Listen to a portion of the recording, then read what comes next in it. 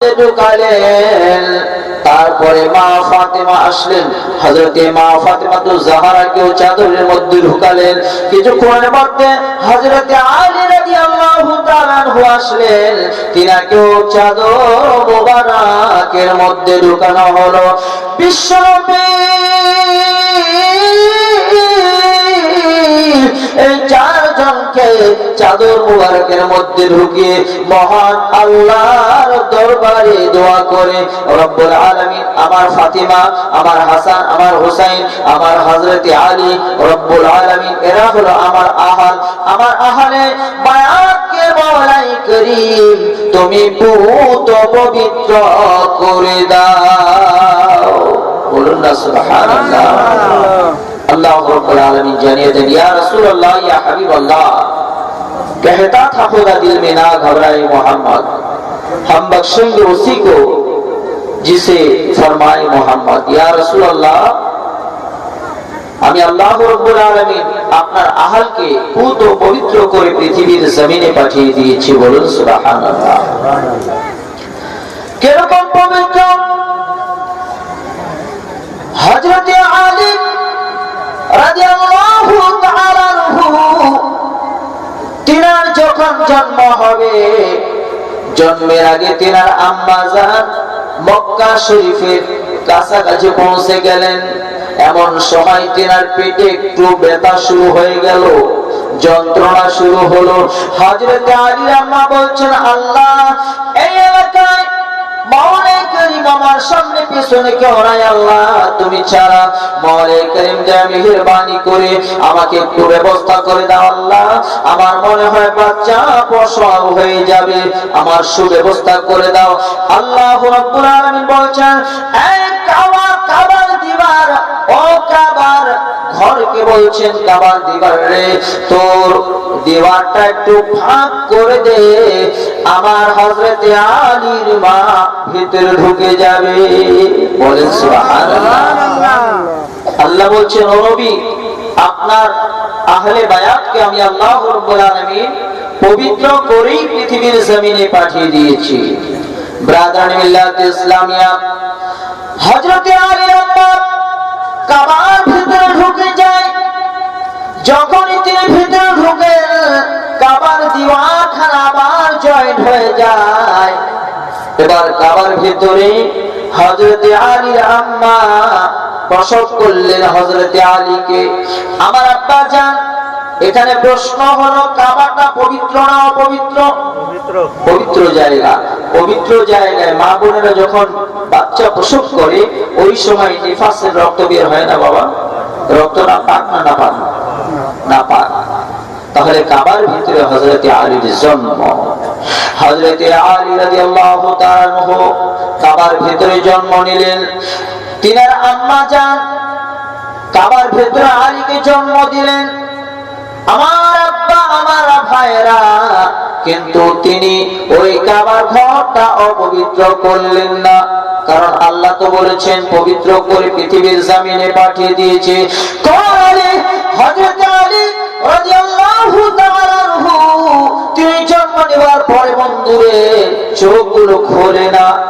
তার আম্মা জান ভীষণ চিন্তায় চিন্তিত, বাচ্চা জন্ম নিয়েছে কিন্তু বাচ্চা তো চোখ খোলে না। হযরতে আলীর আম্মা দোয়া করে, রব্বুল আলামিন এই ছেলে চোখগুলো কেন খোলে না?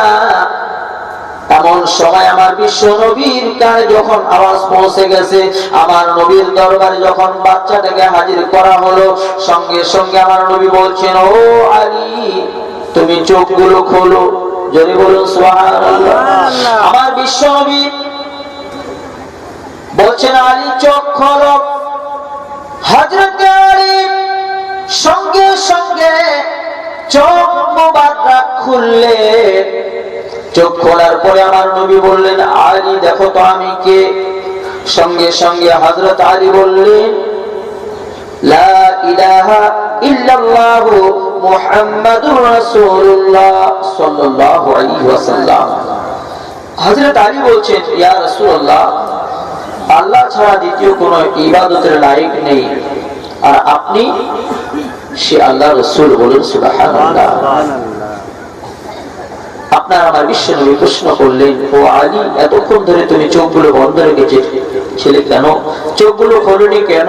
হযরত আলী বললেন, ইয়া রাসূলুল্লাহ, ইয়া হাবিবাল্লাহ, হুজুর, আমি এই জন্য চোখ খুলি নাই, আমি যখন পয়দা হয়েছি আমি মনে মনে ইরাদা করেছি আমার চোখ যখন সর্বপ্রথমে খুলবে, চোখ খোলার সঙ্গে সঙ্গে যেন আমি জগৎ বিখ্যাত মুহাম্মদুর রাসূলুল্লাহ সাল্লাল্লাহু আলাইহি ওয়াসাল্লামের চেহারা সর্বপ্রথম যেন আমি দর্শন করি। সুবহানাল্লাহ।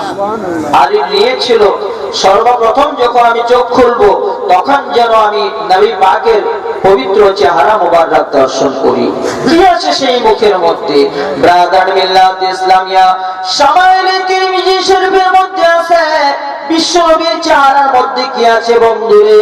সাহাবায়ে কেরাম বলেন, আমরা যখন রাস্তা চলবো, অন্ধকার রাস্তায় আলো নাই, বাতি নাই, ওই মুহূর্তে বিশ্বনবী যখন তিনি একটু মুচকি হাসি দিতে, বিশ্বনবীর উপরের দুটো সানায়ুলিয়া নামক দাঁত, সেই দাঁতের মাঝখান দিয়ে একটু ফাঁক, আর এই ফাঁক দিয়ে আমার নবী যখন তাবাসসুম হাসি দিতেন, মুচকি হাসি দিতেন, সঙ্গে সঙ্গে দুটো দাঁতের ফাঁক দিয়ে একটা নূরের ঝলক বের হতো, আর ওই নূরের ঝলক বের হওয়ার সঙ্গে সঙ্গে আমরা রাস্তা ক্লিয়ার দেখা পেতাম। বলুন সুবহানাল্লাহ।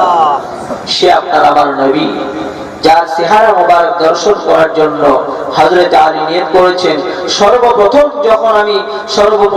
যখন চোখগুলো খুলবো, নবী পাকের চেহারা মোবারকের দর্শন যেন আমি করতে পারি। বলুন সুবহানাল্লাহ। ব্রাদার মিল্লাত ইসলামিয়া, এই হলো সে আলী যিনি সর্বপ্রথম বিশ্বনবীর চেহারা মোবারক দর্শন করবেন। এরকম নিয়ত করেছেন আমার বন্ধুরে। ইনি একজন এরকম আধ্যাত্মিক জগতের লোক যাকে আমার নবী সরকারে দু আলম আকায়ে নামদার সরওয়ারে কালমুসিনা জনাবে আহমদে মুজতাবা মুহাম্মদি মুস্তাফা সাল্লাল্লাহু আলাইহি ওয়াসাল্লাম, যিনাকে বলেছেন আনা মদিনাতুল ইলমি ওয়া আলিউম বাবুহা। বলুন সুবহানাল্লাহ। নবী রাসূলুল্লাহ সাল্লাল্লাহু তাআলা আলাইহি ওয়াসাল্লাম বলেন, আমি মদিনার ইলমের শহর, আর তার দরজা হলো হযরত আলী। হযরত আলী সেই মদিনার গুপ্ত ইলমের সমন্দর, আমি ঘর আমি, আর তার দরজা হলো হযরত আলী। হযরত আলী রাদিয়াল্লাহু তাআলা আনহু একদিন বললেন, সাহাবারা তোমরা শোনো, তোমরা যদি নবী পাকের সাক্ষাৎ করতে চাও তাহলে একবার যদি নবী পাকের সাক্ষাৎ করতে চাও, দুবার আমার সঙ্গে সাক্ষাৎ করতে হবে। কয়বার? দুইবার। সাহাবায়ে কেরামরা রেগে গেল, বলে এটা তো অহংকার বশত কথা। নবী পাকের দরবারে হাজির দিলেন তারা, বলছেন, ইয়া রাসূলুল্লাহ, ইয়া হাবিবাল্লাহ, হুজুর, হযরত আলী মুরতাজাই কথা বলেছেন যে আপনার সঙ্গে একবার দেখা করলে হযরত আলীর সঙ্গে নাকি দুবার দেখা করতে হবে। আল্লাহর নবী একটু তাবাসসুম মুস্কি হাসি দিলেন। তিনি ব্যাখ্যা দিলেন, বাবা, আমি নবী পাক মদিনার ইলমের শহর, তার দরজা হলো হযরত আলী। তো ঘরে ঢুকতে গেলে, শহরে ঢুকতে গেলে যে একটা রাস্তা আছে, একটা দরজা আছে, তোমরা যদি একটা ঘরে ঢুকো তাহলে ঘরে ঢুকে যদি কারোর সঙ্গে সাক্ষাৎ করতে চাও তবে ঘরে ঢুকতে একবার, বের হতে আরেকবার, তাহলে কবার হলো? দুবার। সুতরাং হযরত আলী রাদিয়াল্লাহু তাআলা আনহু ঠিকই বলেছেন। বলুন সুবহানাল্লাহ। ব্রাদার মিল্লাত ইসলামিয়া, হযরত আলী রাদিয়াল্লাহু তাআলা আনহু মদিনার গুপ্ত ইলমের শহরের দরজা। এই হযরত আলী রাদিয়াল্লাহু তাআলা আনহু তিনি হলেন নবী পাকের আহাল। বলুন সুবহানাল্লাহ। আমার মুসলমান ভাইরা, তার পাশাপাশি মা ফাতিমাতুজ জাহরা রাদিয়াল্লাহু তাআলা আনহা তিনিও আহলে বায়াত, নবী পাকের আহাল। বলুন সুবহানাল্লাহ। কোন ফাতিমা? যে ফাতিমা জান্নাতে যতক্ষণ পর্যন্ত প্রবেশ হবে না ততক্ষণ পর্যন্ত পৃথিবীর কোন মহিলা, কোন মা বোনেরা জান্নাতে যাবে না। যাবে কি? কারণ মা ফাতেমার কাছে জান্নাতি সমস্ত মহিলাগণের চাবিকাঠি থাকবে। বলুন না সুবহানাল্লাহ।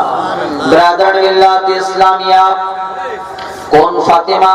যে ফাতেমাতুজ জাহরা রাদিয়াল্লাহু তাআলা আনহার সম্পর্কে শায়ের বলেন, ইয়ে সরকার কা ফরমান মেরে মা বহনো, ইয়ে সরকার কা ফরমান মেরে মা বহনো, तुम बचाती रहो ईमान मेरे माँ बहनों, अपने शौहर की इताअत हमेशा करना, यह फातिमा भी की फरमान मेरे माँ बहनों। আমার আব্বা, আমার ভাইরা, হযরতে মা ফাতেমাতুজ জাহরা রাদিয়াল্লাহু তাআলা আনহার অনুসরণ যদি পৃথিবীর কোন মহিলা করে, অবশ্যই ওই মহিলা জান্নাতি হয়ে যাবে। যদি কোন মহিলা মা ফাতেমার অনুসরণ করে, অবশ্যই ওই মহিলা কিন্তু জান্নাতি হবে। ব্রাদার মিল্লাত ইসলামিয়া, কোন ফাতেমা? যে ফাতেমা রাদিয়াল্লাহু তাআলা তিনার আব্বা জান সাইয়্যিদুল মুরসালিন শাফিউল মুজনাবিন রাহমাতাল লিল আলামিন আনিসুল গারিবিন জনাবে আহমদ মুজতাবা মুহাম্মাদুর রাসূলুল্লাহ সাল্লাল্লাহু আলাইহি ওয়াসাল্লাম দু জাহানের বাদশা, দুই জাহানের বাদশা নবী। বাবা, তিনার কি কম ছিল?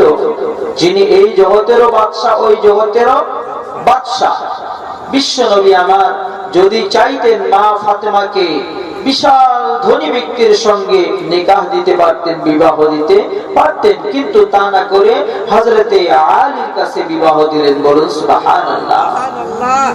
ব্রাদার মিল্লাত ইসলামিয়া, কোনদিন খানা পায়, কোনদিন খানা পায় না, তবুও মা ফাতেমাতুজ জাহরা রাদিয়াল্লাহু তাআলা আনহা স্বামীর সঙ্গে কোনদিন কঠোর ভাবে কথা বলতেন না, মিষ্টি আলোচনা করতেন, সব সময়ের জন্য তাবাসসুম হাসি দিয়ে স্বামীর সঙ্গে কথা বলতেন। বলুন সুবহানাল্লাহ। আমার আব্বা এই ফাতেমা বিশ্ব নবীর দরবারে বলছেন, ইয়া রাসূলুল্লাহ, আব্বা হুজুর, আমি তো পৃথিবীর সমস্ত মহিলাগণের জান্নাতের সরদারিনী হব। আব্বা হুজুর, তাহলে আমি তো সর্বপ্রথমে জান্নাতে ঢুকব। আমার নবী বললেন, ফাতেমারে শুনে নে, তুই জান্নাতে হবি, কিন্তু মা শুনে নে, তোর আগে আর একজন মহিলা জান্নাতে চলে যাবে। কোন মহিলা? মা ফাতেমা বলছেন, ইয়া রাসূলুল্লাহ, আব্বা হুজুর, আমি ফাতেমা জান্নাতের মহিলাগণের সরদারিনী, তার আগে আবার কে জান্নাতে যাবে আব্বা? একটিবার ওই মহিলার সঙ্গে সাক্ষাৎ করতে চাই। আল্লাহর নবী বললেন, যারে মা, ওই জঙ্গলে একটা কুটির আছে, একটা ঝোপড়ি আছে, ওই ঝোপড়ির মধ্যে ওই মহিলার সঙ্গে সাক্ষাৎ করে আয়। আমার আব্বা যান মা ফাতেমা ঝোপড়ির সামনে গিয়ে আওয়াজ দেয়, কে আছেন গো? একটু দরজাখানা খুলে দিন, আমি নবী পাকের কন্যা মা ফাতেমা হাজির হয়েছে, দরজা খুলে দিন। তিনি ভেতর থেকে বলছেন, বুবুরে, আমার স্বামীর কাছে অনুমতি নেইনি, আগামীকাল আসবে, আগামীকাল তোমাকে দরজা খুলে দেব। মা ফাতেমা সেখান থেকে চলে যান। সন্ধ্যেবেলায় যখন ওই মহিলার স্বামী